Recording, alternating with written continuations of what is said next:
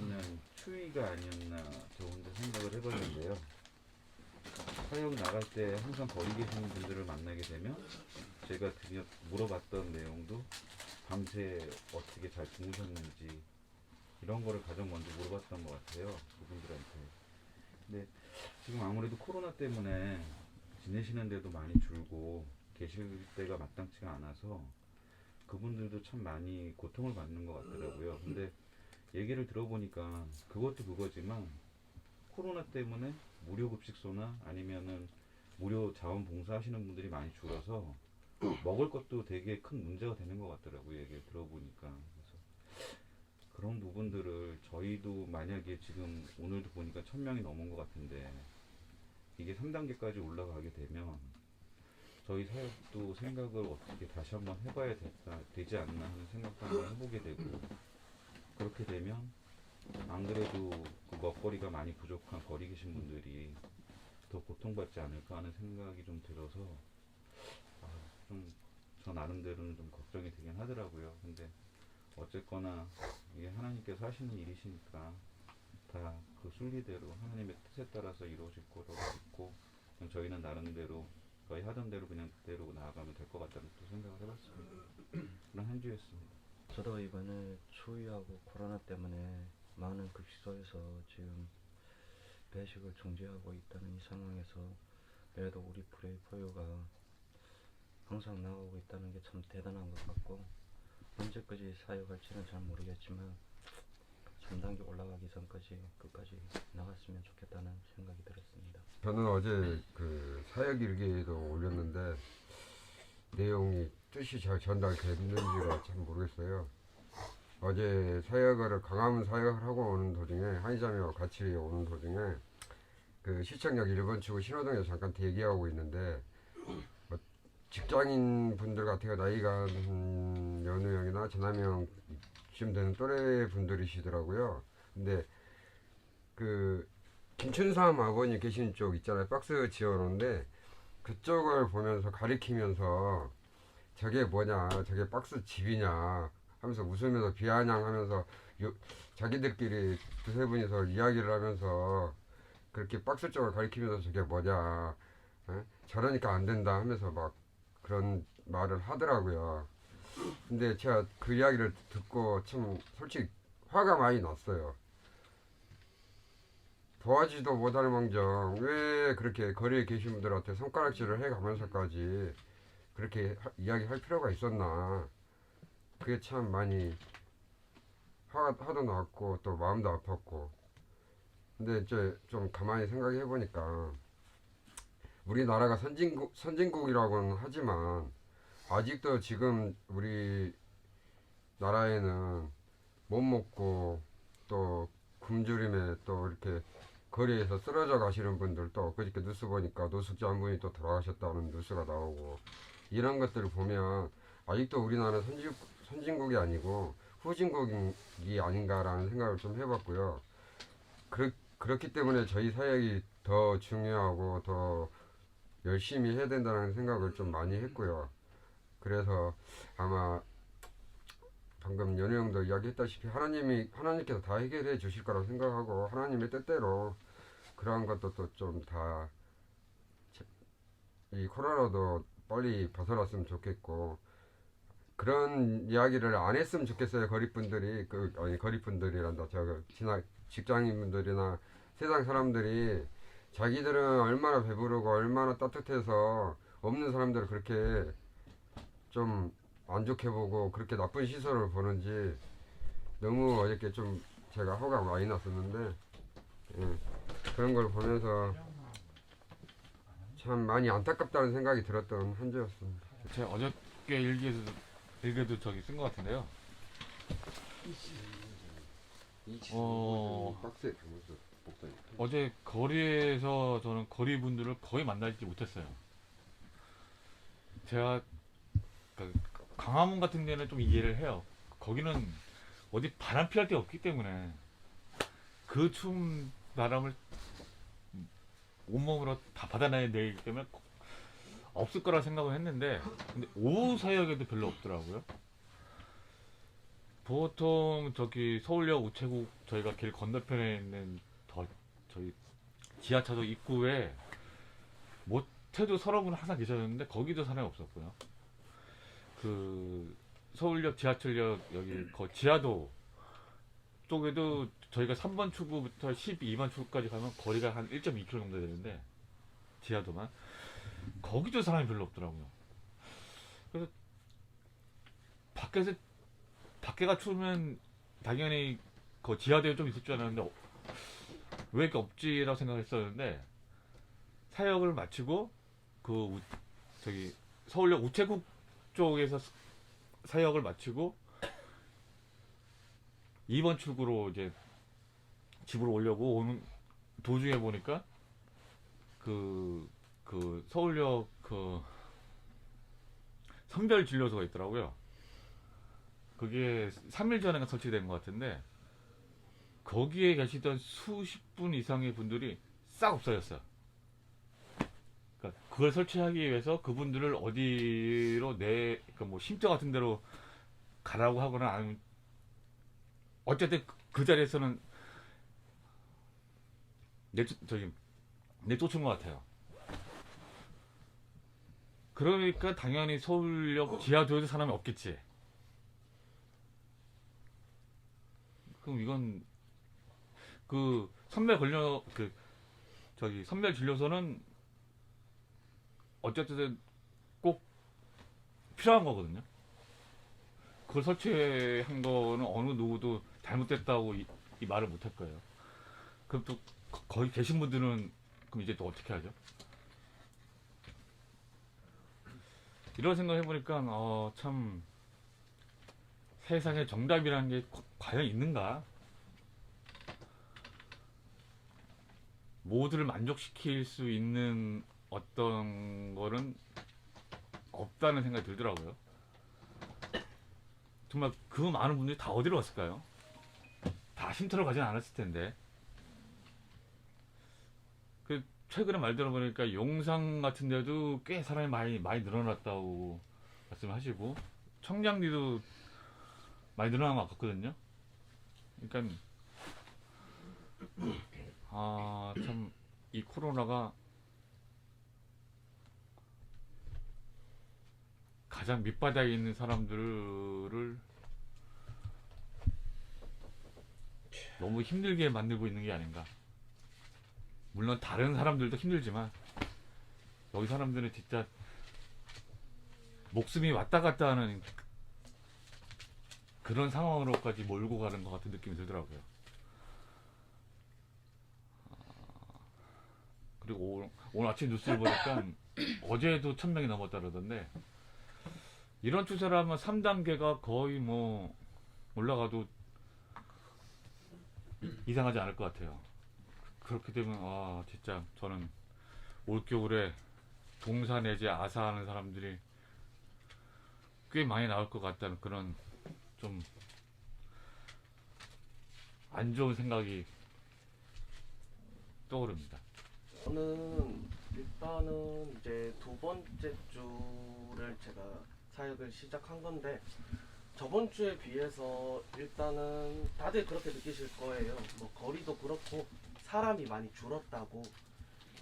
또 얘기를 들어보니까 뭐 영등포역이나 그리고 시청역 같은 곳에서는 역무원들이 뭐 냄새가 나거나 좀 더러운 사람이 있으면 밖으로 내보낸다고 하더라고요.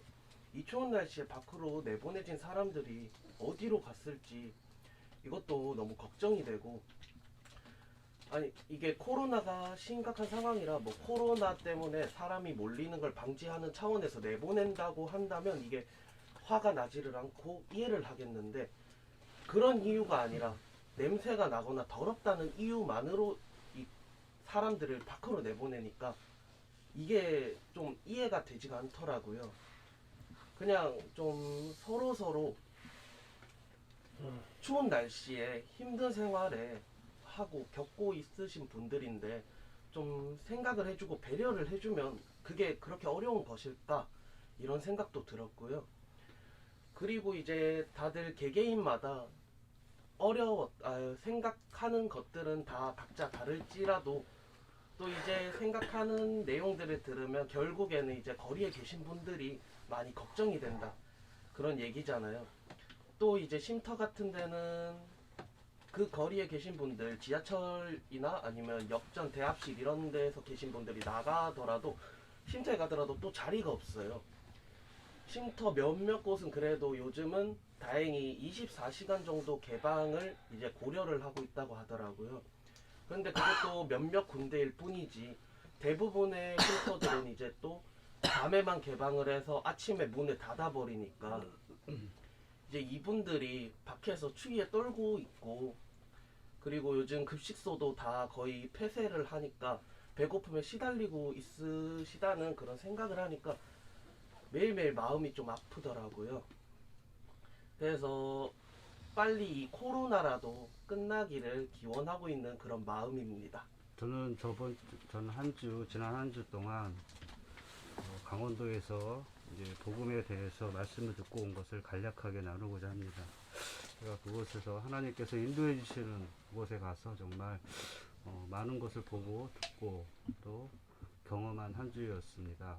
그 가운데 정말 제가 이전에 생각지 못했던 것들을 정말 제가 실제로 그 한 분 한 분의 함께한 분들의 말씀을 들으면서 참 깨닫고 느끼는 점이 많았습니다. 제가 이렇게 거기 가기 전에는 다른 사람들의 겉모습을 봤을 때, 저 사람들은 정말 일상생활들이나 이런 모든 것들이 참 행복하고 잘 살아가겠구나, 걱정 없이 잘 살아가고 있겠구나, 그런 생각이 많았습니다. 그래서 항상 그런 사람들을 볼 때 부러워하고 나도 저렇게 살아볼 수 있을까라는 생각도 많이 했었던 게 사실입니다. 근데 정말 그런 분들의 입에서 나오는 그 말을 들을 때 정말 어떤 9시 뉴스에 사건 사고에 나올 만한 일들, 또 저 막내 용호 형제 같이 젊은 더 어린 학생들 입에서 나오는 말도 뭐 원조 교제, 뭐 성폭행, 강간, 정말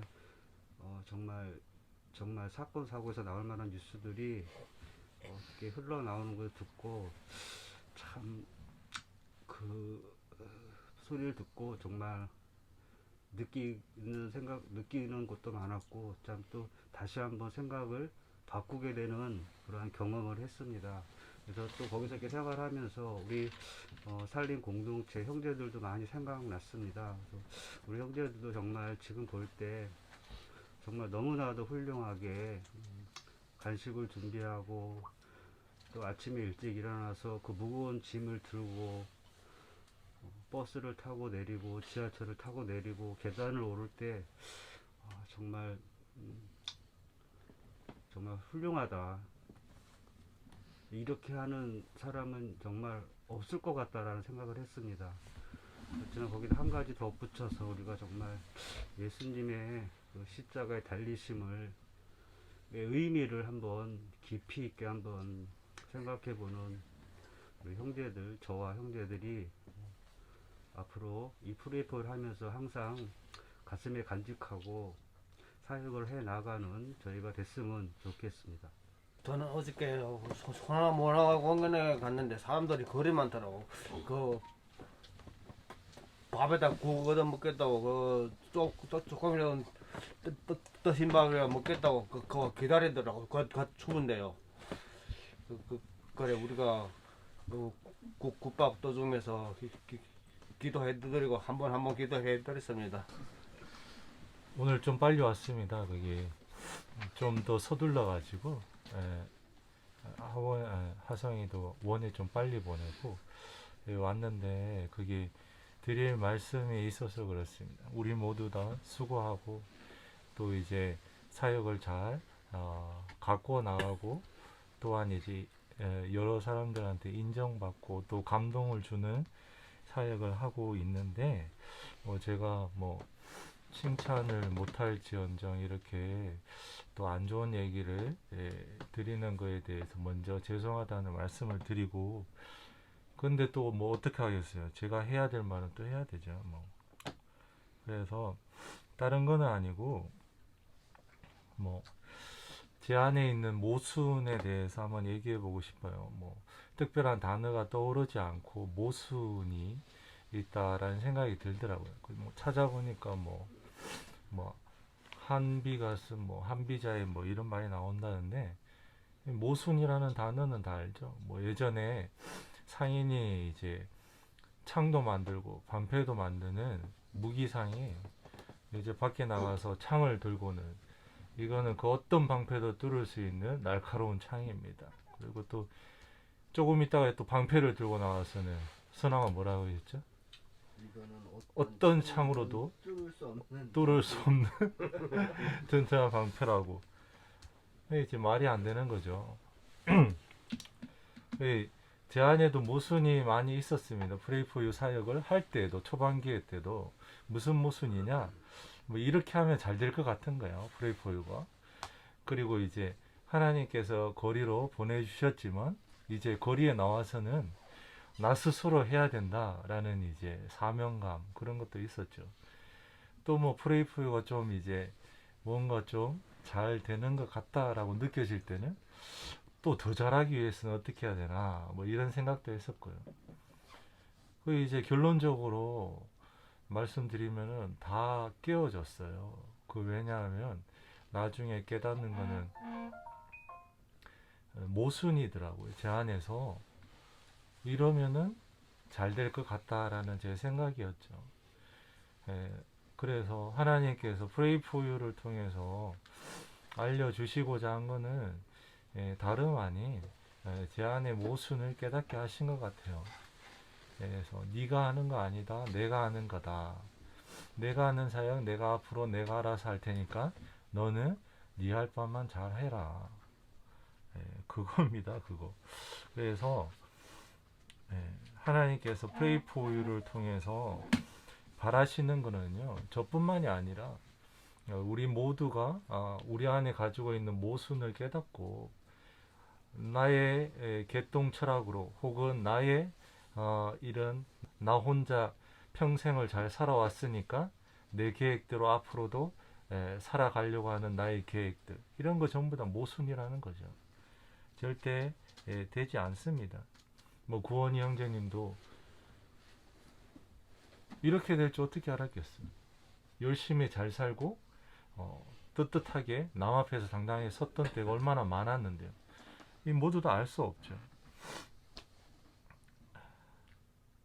그래서 이제 프레이포유 시작하고 막 산림공동체 처음에 시작할 때는 제가 굉장히 화를 많이 냈어요. 왜냐하면 제남 형제나 인호 형제를 제가 정말 좋아하고 영적으로 사랑했거든요. 그래서 이제 나와서는 막 이러면 안 돼요, 막 붙잡고 막 서로 막 눈물 흘리고, 막 인호 여관에 틀어박혀 있을 때 여관 싹 뒤지면서 막 이 여관에 있나 저 여관에 있나 그래 끄집어 오기도 하고, 별의별 일이 다 있었어요. 근데 그래도 안 되더라고요. 안 되는 거 안 돼요. 제 뜻대로 안 돼요. 저도 제 뜻대로 못 하는데 어떻게 남을 제 뜻대로 하겠습니까? 결국은 깨닫게 된 건 뭐냐? 하나님 하시는 일이니까 나설 필요 있어? 하나님 알아서 해주는 거고, 내가 제남 형제 만나고 싶어서 만났어요? 하나님 만나게 해줘서 만난 거지. 제가 인호 형제 만나고 싶어서 형제 했어요? 인호 형제가 하나님 뜻대로 왔으니까 하는 거지. 가는 것도 하나님 뜻이고 하는 것도 하나님 뜻인데, 내가 뭔데 그들을 꼭 붙잡아 두려고 노력하고, 혹은 밉다고 떠나 보려고 노력하고, 이런 노력 자체가 의미가 없다라는 것을 프레이포유를 통해서 깨닫게 된 거죠. 여기 있는 형님들 이런 말 해서 그렇지만 여기 있는 형님들 누구 한번 여기 산림공동체 안 나간 사람 없어요. 다 나갔고, 혹은 나가려고 계획했었고, 막 실행 단계 앞까지 갔었는데 막 코로나 때문에 못 가고 그래서 이거는 제 뜻이 아니라는 거죠. 이렇게 뭉쳐있던 건 모두 다 하나님께서 해주신 거예요. 제가 연우 형님을 꼭 붙잡았다고 연우 형님이 여기 계셨겠어요? 아니에요. 하나님께서 해주신 거예요. 그래서 저는 지금 이 시간에도 밝히는 거를 떠나가는 것도 하나님 뜻이니까 저는 붙잡지 않습니다. 하나님 뜻대로 가고 오는 것도 하나님 뜻대로 오는 거예요. 모든 게 하나님 뜻대로 되기를 바라고 또 그렇게 사역합니다.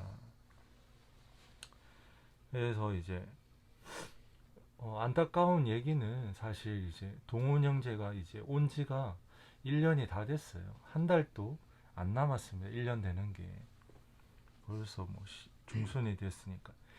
그래서 제가 근 11개월 이상 동안 계속 동훈 형님을 바라보면서 저는 사실 이제 함께함이 기뻤고 좋았어요. 즐거웠죠. 근데 제가 얘기했던 이런 프레이 포유의 과정이 있기 때문에 제 뜻대로 될 수 있는 게 아니에요. 근데 하나님을 이제 그 마음에 제 믿음은 잘 모릅니다. 근데 이제 겉으로 드러나는 것들, 기도를 안 하고 하나님을 아직까지 그 신으로밖에 부를 수 없는 그런 이제 안타까운 그 마음을 저는 만분의 1도 이해는 못하겠죠. 하지만 우리 프레이 포유를 세우신 하나님이 지금까지 이끌어 오신 계획은 분명하거든요. 선명하거든요. 우리 모두가 앉아 있잖아요. 그래서 이 계획 속에서 하나님과 함께 기도하고 하나님을 온전하게 바라보지 않으면은 함께 할 수 없다라는 것도 제가 11개월 동안 줄곧 얘기했던 거예요. 그래서 떠나 보내려고 이 말을 드리는 게 아니라 한 번 더 다시 한 번 더 생각하고 함께 하기를 바란다는 마음에서 이 말씀을 드리는 거죠. 그리고 용호 형제도 마찬가지예요.